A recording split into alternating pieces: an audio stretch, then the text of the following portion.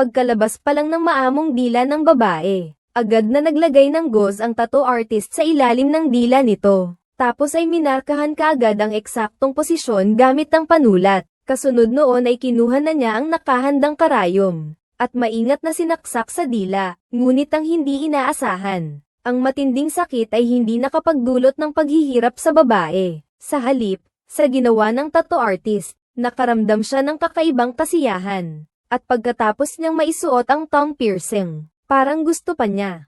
Nakuha nito ang atensyon ng tattoo artist. At nang magtama ang kanilang mga mata, parang may kakaibang kislap ang mga mata ng babae. Gusto ko ang sakit. Nang marinig iyon ng tattoo artist, agad siyang na-excite. Nang mga oras na iyon ay hindi pa niya alam, na ang dalagang nasa harapan niya ay may pagkahilig na masaktan, at tuluyan nang mawawala sa sarili sa ilalim ng kanyang paglalaro. Noong isang gabi lang, ang 19 anyos na si Luis ay pumunta sa bar para maglasing. At agad na naaga ang pansin ng isang punk na may pulang buhok, na dalaga. Pagkakita niya sa reaksyon ng dalaga, lumapit siya kay Luis. Ang binatang si ama ay hindi lang moderno ang pananamit, at habang nag-uusap silang dalawa, ipinagmalaki pa niya sa dalaga ang kanyang tinidor na dila. Ang galing. Gusto mo bang subukan ding ay modify ang katawan mo? Agad na nagulat ang dalaga nang marinig iyon. Hindi niya maipaliwanag kung bakit naaakit siya sa lalaki. Kaya naman agad silang nagkasama. Kinabukasan, dinala na siya ng kanyang ama sa isang tattoo parlor. Hindi niya inaasahan na mas nakakagulat pa ang itsura ni Atchay, ang may-ari. Matagal na silang magkaibigan ng ama niya. Ngunit nang malaman niyang ang dalaga ay ang bagong kasintahan nito, at gusto nitong magpatato ng parehong disenyo ng ahas, di namamalayang nagbago ang ekspresyon ng kanyang mukha. Sinabi niya sa babae, na para magkaroon ng perpektong snakebite, kailangan munang magpatusok ng tongue piercing. Sa pamamagitan lang ng paulit-ulit na paghila ng tongue piercing, mahahati sa dalawa ang dila, at doon mabubuo ang tinatawag na snakebite. Sa tulong ni Archie, agad na natapos ang pagpapatusok ng babae, pero hindi ko inaasahan na pagkatapos, ay ibubunyag niya sa lalaki, ang kakaibang pagnanasa niyang masaktan. Dahil sa tuwing nakakaramdam siya ng sakit, doon lang siya nakakahanap ng dahilan para mabuhay. At ang pagtatapat niya, ay parang nakakita si Akay ng isang mabibiktima.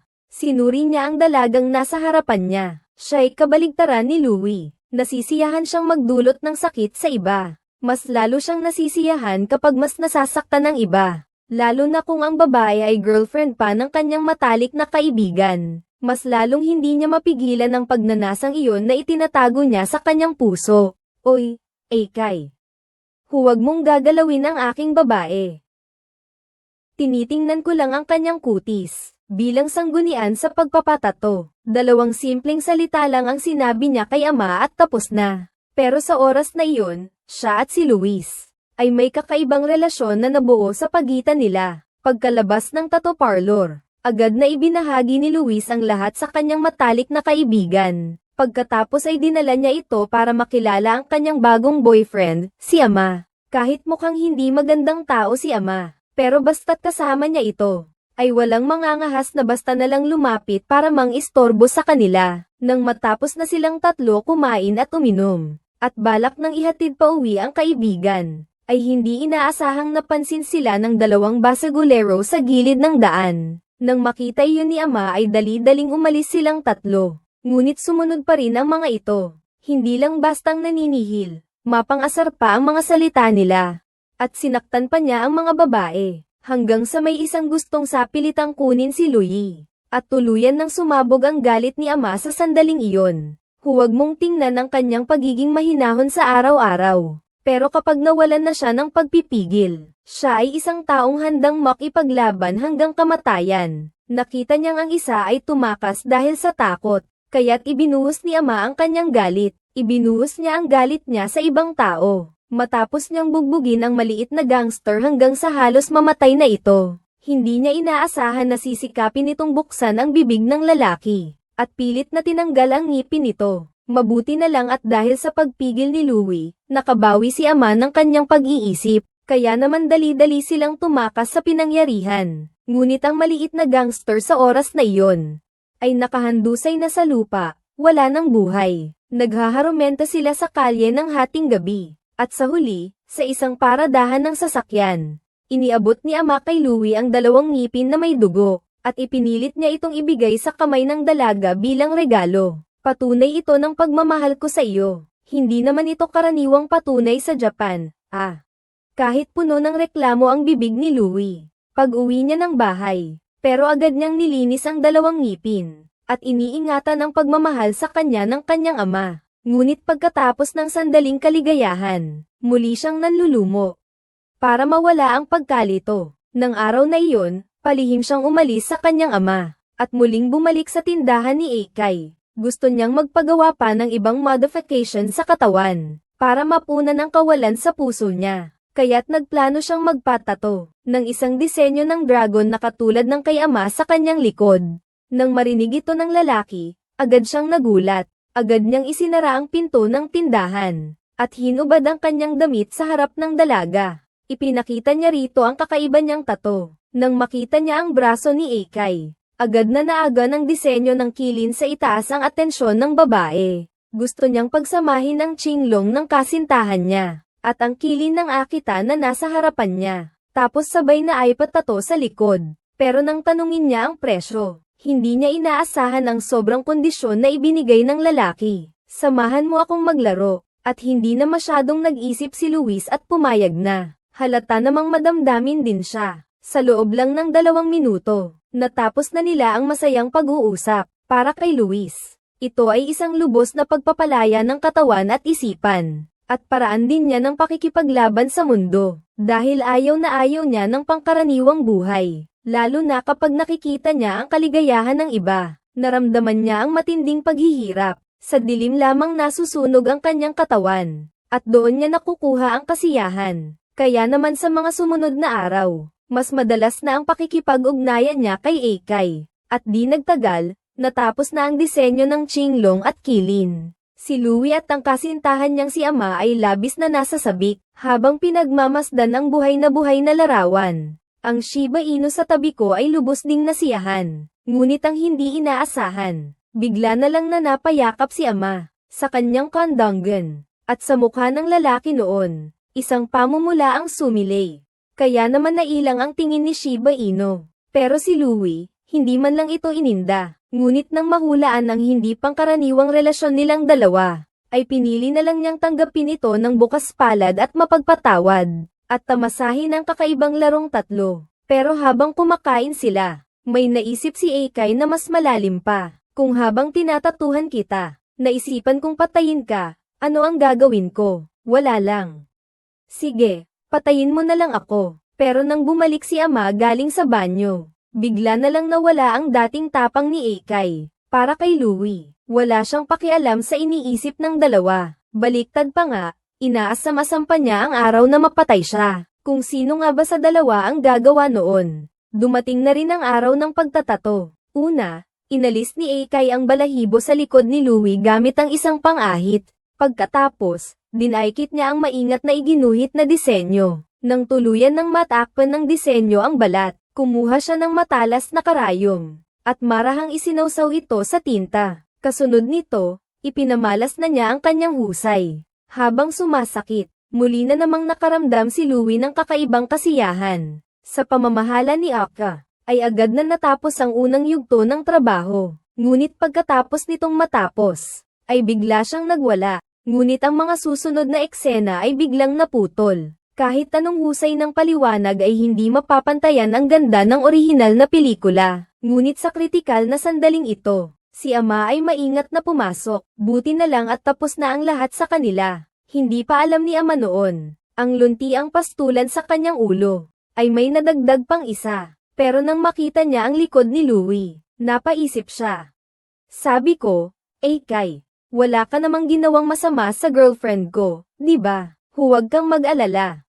Wala akong interes sa mga payat na babae, kahit pa todo tanggi si Eikay. Pero sa pag-uwi, paramdam pa rin ni ama ang kakaibang kutob. Bilang matalik na kaibigan ni Eikay, alam na alam niya ang mga paraan ng mga lalaki. Pero pag-iisip na siya ang unang nang iwan. Kay ama lang niya may akap si Louie, at umiyak ng mapait. Pag-uwi nila, Isang balitang biglaan ang lumabas sa telebisyon. Hindi makapaniwala si Louie sa nakita niya. Isang lalaking nagngangalang Yagami Light ay natagpuang patay sa kalye ng Tokyo kamakailan. Ayon sa mga nakakita, isang punk na may pulang buhok ang pumatay sa kanya. Doon lang napagtanto ni Luis na noon ay sinaktan ni ama ang mga basagulero na nang-aasar sa kanya. At hindi inaasahan na mapatay niya ang mga ito.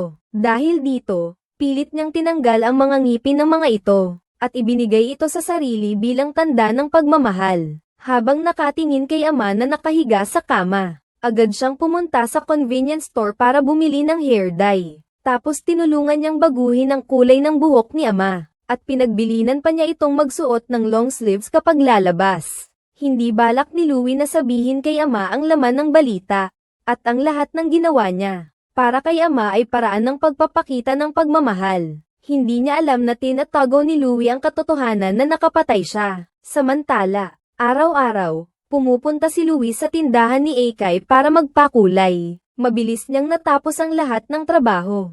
Pero habang tinitingnan niya ang magagandang disenyo sa salamin, wala siyang kahit anong saya na naramdaman. Sapagkat kapag nakakaramdam lang siya ng sakit, mayroon siyang dahilan para mabuhay. Pero kapag nawala na ang sakit, muli siyang nahuhulog sa kadiliman. Kaya nagsimula siyang uminom para makalimot. At nakita naman ni ama na gusto na niyang mamatay. Pero para sa kanya, si Louie, dapat mamatay sa kanyang mga kamay. Hindi ko hahayaang may ibang makontrol sa buhay mo. Pero pagkatapos ng araw na iyon, bigla na lang nawala si ama.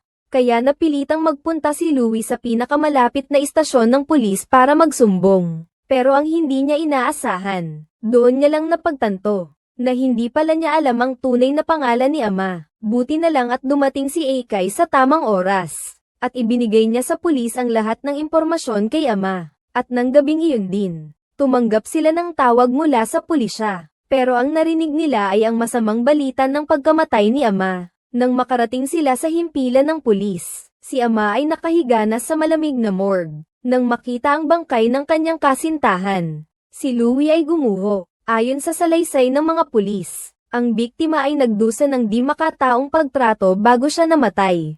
Ang kanyang katawan ay puno ng mga peklat na paso ng sigarilyo. Ang mga kuko sa kanyang mga kamay at paa ay maayos na tinanggal. Pati ang ibaba niya ay may ipinasok din. Isang bagay na tinatawag na insenso. At matapos siyang paglaruan ng sospek, ay sinakal niya ito hanggang sa mamatay. Napakakaunting ebidensya pa lang ang hawak ng pulisya. Natagpuan lang nila ang isang sigarilyong pinagtapuan ng biktima, na Marlboro Menthol. At ang ipinasok sa ibaba niya, isang uri ng musky na import mula sa Amerika. At nang siyasatin ng bangkay, nagduda rin sila na si ama ay posibleng bisexual. Ngunit mariing itinanggi ni Louie ang hilig ng kanyang kasintahan. Sa libing ni ama, sumigaw siya sa mga pulis na nagdadalamhati, at paulit-ulit na sinisisi ang mga ito sa pagiging pabaya sa pag-iimbestiga. At hindi nag-atubiling magbunyag ng isang nakakagulat na katotohanan. Dahil lang ba't mamamatay tao ang ama ko'y hindi na kayo kikilos. Mamatay na sana kayong lahat. Buti na lang at pinigilan siya ni Eikay. At ang mga pulis naman ay, hindi naman pinansin ang mga sinabi niya. Pero si Louie lang ang nakakaalam, na pinatay ng ama niya ang isang basagulero para sa kanya. At binunot pa ang 2 ngipin nito. Tapos ay ibinigay niya ito sa sarili bilang patunay ng pagmamahal. At itinuring ni Luis ang pagmamahal na ito bilang inspirasyon upang mabuhay. Ngunit sa pagkamatay ni ama, ang inspirasyong ito ay hindi na niya nagawang mapanatili. Di inaasahan, ng araw na iyon, siya ay muling nagkaroon ng pag-asa sa buhay dahil sa sinabi ni Eikay. Muling sumigla ang kanyang pag-asa sa buhay. Magpakasal na kaya tayo? Kahit na hindi agad natanggap ni Louie. Pero nang iabot ni Eikay ang singsing na pangpakasal, isinuot pa rin niya ito sa daliri niya. Kahit nakakaiba ang disenyo ng singsing na iyon. Para kay Louie, marahil ang panibagong pag-iibigan, ang makakapagpawi sa sakit ng pagkawala ng kanyang minamahal. Kaya naman sila nagsama ni Eikay. Pero ang hindi niya inaasahan, nang araw na iyon ay nasa tindahan pala siya ng tato ni Eikay. At doon niya nakita ang insenso na sinasabi ng pulis. At ang amoy ng insenso ay musk din. Doon lang napagtanto ni Louie, na ang pumatay kay ama, ay ang kanyang matalik na kaibigan na si Eikay.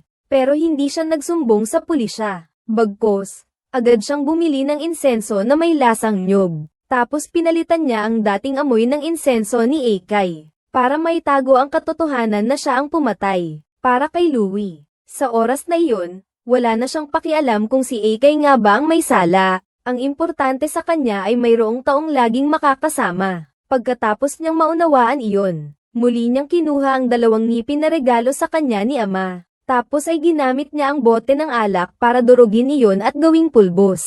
Pagkatapos ay ibinuhos niya ito sa bibig niya at nilunok, para makasama na niya ang pag-ibig ni ama. Ito rin ang tanging paraan niya para alalahanin ang kanyang minamahal. Sa mga sumunod na araw, tinanggal niya ang kanyang tongue stud. Pagkatapos ay ginamit niya ang sinulid para magkaroon ng isang hiwa, at sa huli ay nabuo na ang kanyang ahas na dila. Ngunit matapos ang pagbabagong anyo ng kanyang katawan, wala namang kahit anong saya ang nadama ni Louie. Sa halip, ang kanyang puso'y nalugmok sa walang hanggang kadiliman. Sa kanyang nakaraan, kailangan niya ng isang mapagmahal na gaya ni ama, upang mapagaling ang kanyang sarili. At kasabay nito'y nais niya ring magkaroon ng isang taong tulad ni Eikay, na kayang punan ng kawalan sa kanyang puso gamit ang sakit. Gusto ni Louie na makuha ang dalawa. Pero sa buhay, hindi naman perpekto ang lahat. Ang pagkaroon nito at pagkawala noon ang karaniwan sa buhay. Kaya nga nang mawala ang isa sa dalawa, ang matinding pagkawalang saysay ay agad siyang nilamon.